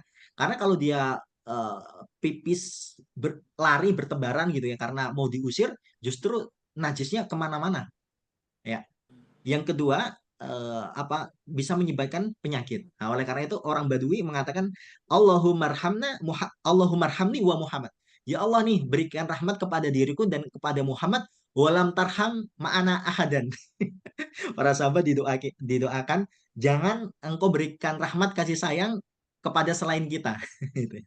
Jadi orang Badui tadi mengatakan ya, unsuk lana robbaka ini ya. Jadi A'rabiyun ila Nabi, seorang Badui bertanya, wahai Rasulullah, berikan kepada kami nih, beritahukan kepada kami nasab Tuhanmu. Nah ini. Maka Allah SWT menurunkan kul huwallahu ahad. Nah, kemudian yang kedua, orang ini eh, orang Yahudi. Ya, ada orang Yahudi di dalam tafsir Fathul Qadir itu ya, yang dipakai oleh anak-anak Lipia, Bu ya. Ka'ab ibnu Ashraf, ya orang Yahudi. Kemudian Wahuyy binul Akhtab, beliau mengatakan, ya faqalu ya Muhammad, dia mengatakan wahai Muhammad, sif lana rabbak. Ini, sifatilah Tuhan-Tuhan kamu, alladzi ba'atsaka, yang mengutusmu itu. Nah, orang Yahudi kan nyembah ya, nyembah Allah juga, tapi nyembah nyembah yang lain. Kira-kira sama nggak? Sifatnya itu seperti apa? Nah, kemudian Allah SWT menurunkan itu ya, Qul huwallahu ahad sampai ayat terakhir. Ini adalah sifat apa? Ini adalah sebab ya, atau cerita bagaimana surah Al-Ikhlas diturunkan. Ya, adapun tadi yang kita jelaskan, para ulama menganalisis gitu ya, ayat-ayat pertama, surah-surah pertama itu robbaka, robbaka, robbaka terus ya. Iqra bismi rabbikal ladzi khalaq. Bacalah dengan nama Tuhanmu yang menciptakanmu ya. Surah Al-Mudathir. Nah, kemudian qul a'udzu birabbin nas ya. Kemarin qul a'udzu birabbil falaq itu kan urutan ke-17 18 ya. 17 18. Itu kan belum ada kata Allah ya kan? Belum ada kata Allah. Nah, tapi baru Al-Ikhlas ini surah ke-19 atau surah ke-22 ya, baru ditampakkan ya, yaitu adalah lafadz Allahnya gitu. Hmm. Karena nanti makna Allah ya, alihah, Tuhan-Tuhan itu banyak ya. Salah satunya Tuhan itu membingungkan ya, secara apa? Cara bahasa. Tuhan itu adalah sesuatu yang membuat kita itu jatuh cinta. Nah, jatuh cinta. Kemudian Tuhan itu adalah Allahumma sholli ala Muhammad. Yang layak ya, yang layak untuk diibadahi gitu. Jadi kata alihah itu banyak sekali ya. Salah satunya yang membuat orang itu apa? Orang bingung gitu. Mungkin ya karena saking banyaknya itu. Oke. Nah, kemudian Tuhan itu apa? Yang membuat seseorang itu candu gitu ya. Karena kalau orang nggak cinta beneran kepada Tuhannya, maka ibadahnya ya mesti malas-malasan, tidak totalitas ya, seperti itu. Wallahu a'lam bishawab. Nah, ada lagi silakan. Ini Ustadz, kan tadi apa itu eh disebabkan turunnya Al-Ikhlas kan Betul. karena Pertanyaan itu ya. apa pertanyaan mereka lah. Terus yang menjadikan akhirnya surat Al-Ikhlas itu keutamaan luar biasa itu apa Ustadz ya? Ya contohnya misalnya baca 3 kali seperti sudah membaca seperempat Al-Quran. Padahal penyebab turunnya itu karena pertanyaan si itu ya itu Yahudi sama Oke, itu. paham. Oke.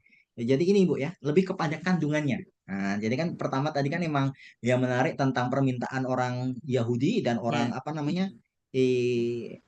Orang Arabi ya, orang Badui. Nah, tanya Tuhanmu itu gimana, sifat-sifatnya, nasabnya bagaimana gitu ya. Tapi para ulama yang lebih membuat afdol itu apa? Isinya itu loh, kandungannya itu loh. Ya. Jadi Allah itu Tuhannya itu Esa ya. Nggak ada Tuhan yang lainnya ya. Begitu pula as-somatnya ini ya. Sebaik-baik sandaran, sebaik tempat meminta perlindungan. Ya gitu ya. Karena kalau kita apa sandarkan ya diri kita kepada kesehatan, ya kita yang mesti kadang-kadang sakit. Kekuatan kita tua, lemah, sandarkan kepada uang, bisa habis, sandarkan kepada jabatan, pensiun, ya gitu ya. Tapi kalau kita sandarkan kepada Allah Subhanahu wa taala itu ya, yang mana Allah Subhanahu wa taala ternyata itu berbeda dengan yang lainnya, lam yalid wa lam yulad gitu ya.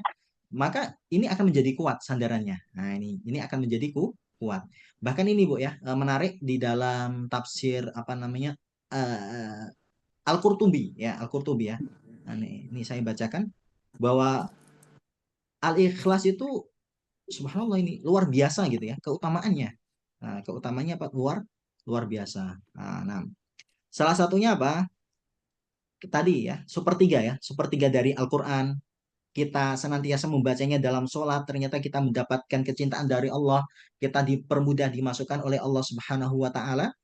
Kemudian dikatakan barang siapa yang membacanya 10 kali gitu ya, dia akan dimasukkan ke dalam surga. Nah, dimasukkan ke dalam surga, dibangunkan istana. Ini luar biasa nih. Dimasukkan dalam surga, dibangunkan istana. Ya, 10 kali. Nah, maka perbanyak ya. Kita apa? Perbanyak membaca surah Al-Ikhlas. Loh, Ustaz, kalau tapi nggak sholat melanggar perintah Allah gimana lah? Itu urusan urusan lain ya. Bahkan dikatakan di sini ini cuma hadis ini ya, fadhoil ya. Meskipun hadisnya ada yang doif ya, tapi kita sampaikan saja. Eh, Barang siapa yang meninggal nih sebelum apa man aroda ayanam ala firasyi fanama ala yaminihi, barang siapa yang mau tidur kemudian dia noleh ke kanan membaca Al-Ikhlas ya, membaca Al-Ikhlas gitu ya. Dia ketika meninggal saat itu pula langsung dimasukkan ke dalam surga ya. Jadi kelak ketika dia meninggal dikatakan ya abdi udhul ala yaminika al jannah. Jadi kamu masuk surga dari arah kanan. Nah, begitu pula ketika orang membaca surah Al-Ikhlas ini ya bisa menghilangkan kefakiran dari dirinya dan dari tetangganya. Jadi bukan hanya dia sendiri yang kaya gitu ya, tapi tetangganya juga juga kaya. Ini ya, wallahu a'lam bishawab. Jadi emang banyak sekali fadilah kandungan dari surah Al-Ikhlas. Karena apa Ustaz? Eh, Fadilahnya karena apa? Kembali lagi karena yaitu adalah isinya nih. Ya, jadi kita sampaikan tadi kesempurnaan sifat Allah Subhanahu wa taala.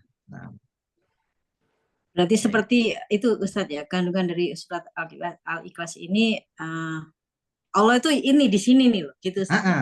ah. Ya. Jadi gonggongnya itu di sini gitu ya. Gonggongnya Semuanya Allah itu. Allah itu ini nih, surat Al-Ikhlas ini Allah ini gitu Ustadz. Semuanya di Betul. sini. Nah, itu dia. Jadi emang banyak sekali apa fadilah dari surah Al-Ikhlas. Oke, baik. Baik, Ustaz. Ibu-ibu, bagaimana? Apakah masih ada yang akan ditanyakan kembali? Ya, Ustadz. Jadi kalau kita ini apa berarti kita enaknya enaknya. Kita misalnya dalam sholat ya, Mm-mm. terus ya kita tambah aja surat Ya, Ikhlas gitu setelah itunya. Nah, ini kan siasat juga, siasat biar juga. kita sering baca Boleh surat gitu. Al-Ikhlas ya. Ya Bu Boleh, Erna boleh, ya. boleh. Jadi misalnya Kedua, rakaat Nah, pertama apa, terus nah, ditambah Al-Ikhlas. Nah, rokat kedua kedua juga apa? gitu Ustadz. iya, Gitu gimana? tidak Ah, masalah. kan? Nah, Biar kita sering baca surat Al-Ikhlas iya, istilahnya.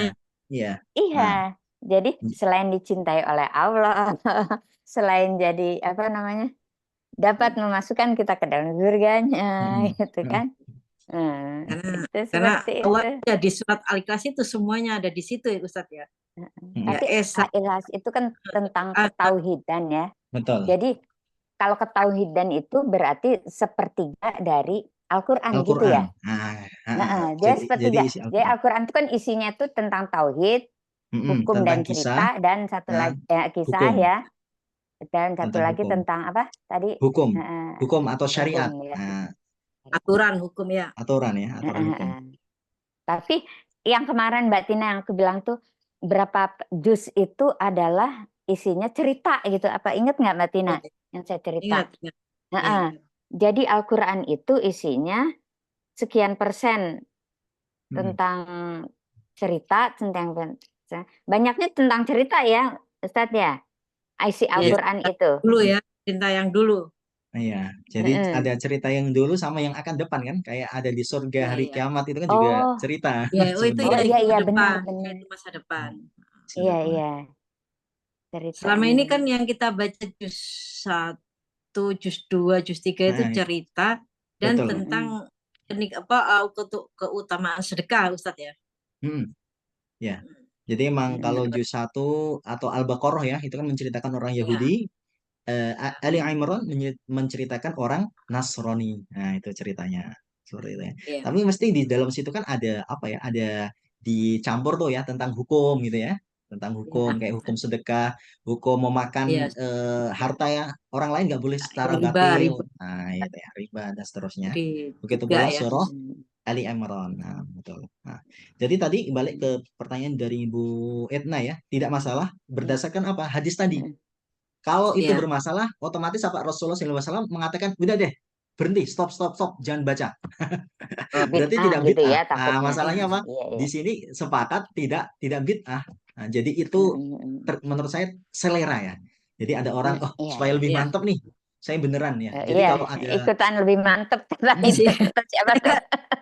Kan kalau oh, baca itu apa murojaah di surat apa saya taruh dibaca itu ya sholat terakhirnya saya kasih al-ikhlas memang iya, karena iya. takut di situ ada kesalahan jadi Oh, walaupun saya terusin aja sampai Oh iya. terakhirnya takut ada yang salah jadi Penyempurna gitu ya ya. ya penyempurna. Nah, tamik atas ya betul ya. Iya, Jadi itu iya kepikir juga nih. tidak apa-apa Bu ya. Jadi alhamdulillah. emang gini, sebenarnya kan orang ketika kita berilmu gitu ya, kita berilmu ini kita bisa lebih memilih amalan-amalan yang mana amalan tersebut itu ringan nih. Kayak amalan sepele kalau bahasanya sekarang itu recehan gitu ya. Tapi dahsyat gitu ya. Luar biasa gitu ya. Iya. Ya kan? Ini apa pentingnya berilmu ya. Coba kalau kita tidak berilmu gitu ya, kita nganggap amalan Islam itu berat-berat, sholat berat, apa puasa berat, haji, sedekah semuanya berat. Tapi ternyata ketika kita ngaji gitu ya, hadir ke majelis taklim, oh subhanallah ya, ini ada inspirasi ya, amalan-amalan yang kira-kira ringan bisa kita lakukan gitu ya. Salah satunya tadi memperbanyak al-ikhlas, tapi kita penuh rasa cinta ya, dengan kita tadaburi penuh dengan keimanan. Ya. Insya Allah ya, nah, kita akan mendapatkan Alhamdulillah lah. fadilah-fadilahnya. Nah, Alhamdulillah kita jadi tahu ya bahwa Allah itu ya surat Al-Ikhlas itu Ustadz ya betul betul. Allah ya ada di surat Al-Ikhlas itu makanya dia um, manfaat apa sepertiga dari Al-Quran Hmm. itu apa seperti membaca sepertiga dari Al-Quran karena Al-Ikhlas itu yang wujud dari yang menciptakan Al-Quran itu. Hmm. Betul betul ya. Tapi sebelum tidur itu kan kita disuruh baca 3 kali ya. Nah, jadi sama dengan membaca Al-Quran gitu. Apa gimana tuh? Kan ada ya di itu. Kalau kita sebelum tidur kita baca Iya. 3 kali Al-Quran. Jadi sepertiga jadi 1 Al-Quran gitu apa ya? Hitungannya gitu. Iya kan 3 kali ya katanya kan sebelum tidur. Kali itu namanya Jetna. Ya, ya. Nggak bisa, nggak. Yang tadi ya, jadi emang sepakatnya itu maknanya ya, makna kandungan Ya, dari maknanya al-ikhlas itu tadi. tentang tauhid Oke. dan itu sepertiga. Adapun kalau fadilah ya sama sekali gitu ya. Karena kan di dalam Al-Qur'an itu ada 6.236 ayat. Adapun kalau huruf saya belum belum tahu gitu ya, menghitung gitu ya. Ada berapa gitu ya. Jadi sangat banyak sekali. Eh, Tentu pahala kalau orang khatam berbeda dengan orang membaca surah Al-Ikhlas. Tapi paling enggak kalau bahasa kita kan kalau tidak ada rotan akar pun jadi gitu ya. Kalau kita nggak sempat Orang Jawa itu. menghatamkan atau membaca satu juz di dalam Iya. di dalam sehari semalam, maka Al-Ikhlas itu ya dengan kita mengharap keridhaan Allah gitu ya. Dalam hadis ini semoga bisa dapat. Nah, begitu pula Bu ya, Amin. sifat Allah itu kan banyak tuh, kayak surah Al-Hasyr itu ya, yang biasanya itu wallahu la ilaha illa huwal la ilaha illa huwa alimul ghaibi wasyahada warrahmanur rahim wallahu la ilaha illa huwal malik al-qudus as-salamu al-mu'minu muhaiminul azizul jabbar mutakabbir. Dan seterusnya itu kan banyak sekali ya. Tapi ternyata cukup ya digabung dirangkum di dalam surah Al-Ikhlas. Nah ini. Nah, jadi Ah, istilahnya ini gitu. ibarat orang mau minum tapi ini adalah suatu apa ya? Suatu semacam cara praktis gitu ya. Kuncinya, oh, Gitu cara ya. Kayak orang mau minum, kalau biasanya kita sakit kan perbanyak minum. Kemudian perbanyak madu, tapi ternyata ada lebih efektif, lebih praktis. Apa itu? Eh, Propolis gitu ya. Jadi propolis itu kan cara. apa? Inti-intinya madu sama. Kita mau baca Intinya itu madu. ketika kita takut ada masalah terjerat hutang tadi ya. Kita membaca surah Hmm. Al-Ikhlas itu. Hmm. Ya, mau bangunkan rumah di surga, membaca surah itu. Mau diampuni dosanya juga bisa membaca surah surah itu. Nah, Al-Ikhlas itu. Menghilangkan ini sihir-sihir itu. Ya, bisa. Nah, maka disebut al-muawwidat. Muawwidat itu banyak. Ya. Kalau muawwidata ini cuma Anas Ya, Al-Ikhlas. Dua. Tapi kalau sama falak. al-muawwidat kayak muslimatun satu ya. Muslimataini dua. Dua orang muslimah ya.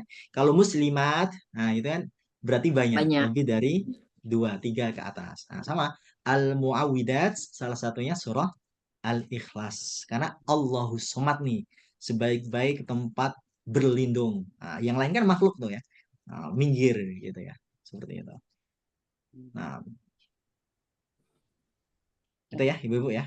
Kita Ustadz, kajian kita eh, pada pagi hari ini. Nah, eh, Ustadz boleh satu lagi oh ya, silakan tanya. satu lagi. Nah, tapi ini mungkin nggak ada hubungannya ya, Iya, iya, nah, insya Allah. dengan ini. Cuma mau tanya ini aja, kan kalau di di Al-Quran atau di hadis itu kita kan banyak mendoakan orang tua gitu ya. Iya, Nah, mendoakan orang tua dan sebagainya. Nah, kalau yang sudah meninggal misalnya orang tua yang sudah meninggal gitu ya, doa ini. Nah, gimana kalau kita orang tua ke anak, ada nggak? Nah, selama ini kita kan anak ke orang tua, anak orang tua gitu ya. Nah, sebaliknya ada nggak gitu? Orang tua ke anak gitu. Ketika anak itu sudah meninggal gitu misalnya. Oh ya, oke, baik. Apa amalan-amalan apa yang membantu mereka gitu sebagai Hmm, orang tua gitu loh. Kalau selama ini Oke. kan orang tua kita udah meninggal, kita doakan ini dan Hmm, sebagainya, kita jadi anak yang soleh, hmm, kita misalnya hmm, apa namanya ya gitulah ya memberikan orang, Oke, baik. misalnya membadalkan mereka Hmm, haji gitu dan hmm, sebagainya ya. Nah, Ya, tapi ketika anak yang meninggal duluan, apa yang hmm, bisa orang tua bantu gitu oke, untuk baik. melapangkan mereka Ya, di oke, kuburnya atau baik. demikian. Nah, Ya. baik, terima kasih dari Bu Etna ya. Ini pertanyaan yang sangat bagus ya gitu ya. Mungkin ada yang di antara kita yang mengalami yang mana anak yang kita cintai gitu, yang kita sayangi dipanggil oleh Allah Subhanahu wa taala lebih dahulu. Lantas bagaimana kita Ustaz supaya pahala tetap mengalir kepada mereka, mereka bisa ditinggikan derajatnya di dalam surga? Para ulama mengatakan caranya sama. Ya, caranya sama. Yang dikatakan di dalam hadis gitu ya, itu adalah sesuatu yang golib. Golib itu apa? Golib itu yang kasusnya lebih banyak daripada yang sedikit. Nah, itu ya. Jadi mayoritas nih. Karena kan mayoritas ya secara apa ya? Secara fakta, kemudian secara ilmu gitu ya. Biasanya orang tua lebih meninggal duluan daripada anaknya. Nah, anak yang terakhir tuh, yang agak akhir gitu ya. Maka anak-anak melakukan amalan ABCD ini. Nah, namun kalau ternyata qadarullah ya gitu ya. Allah Subhanahu wa taala kan mengatakan wallahu yakhluqu ma yasha'u wa yakhtar. Allah Subhanahu wa taala mempunyai sekehendak Allah Subhanahu wa taala menciptakan dan memilih ya. Termasuk yaitu adalah umurnya. Maka di sini tentu amalnya sama. Apa? Sedekah jariyah. Ini kita wakaf mushaf, bangun masjid, pesantren gitu, ya, berikan makan, sumur, yang lainnya atas nama anak kita. Tidak masalah. Jadi sedekah anak kita nih yang sudah dipanggil oleh Allah Subhanahu wa taala gitu ya. Boleh. Sama Ibu Khotijah dengan Rasulullah SAW. Kalau secara derajat kan lebih tinggi mana? Rasulullah ya. Sama, mungkin anak sama orang tua ya secara derajat lebih tinggi anak. Nah, tapi secara ini Rasulullah juga bersedekah kepada apa teman-temannya Khotijah. Bahkan Ibunda Aisyah sampai cemburu. Dikit-dikit kok Khadijah gitu ya. Bukankah ya Rasulullah engkau telah menggantikan Khadijah itu lebih Allah menggantikan Khadijah itu dengan wanita yang lebih baik, maksudnya saya gitu. Kemudian Rasulullah mengatakan enggak, Khadijah tetap yang pertama. Seperti itu. Nah, kemudian seperti kita membacakan Al-Qur'an ya. Karena membaca Al-Qur'an pula yang saya pelajari di Lipia semester 8 gitu ya. Kalau semester awal-awal kita ngatakan oh itu ada yang mengatakan nggak boleh, tapi ternyata dibalik ya. Semester 8 akhir-akhir itu mengatakan bahwa membacakan Al-Qur'an doa itu bisa nyampe kepada orang yang sudah meninggal. Ini ya. Nah, ini. Jadi bisa kita bacakan Bu ya, kita hadiahkan kepada mereka, kita badalkan haji gitu ya, umroh gitu ya, bagi mereka yang belum ya, itu insya Allah juga bisa.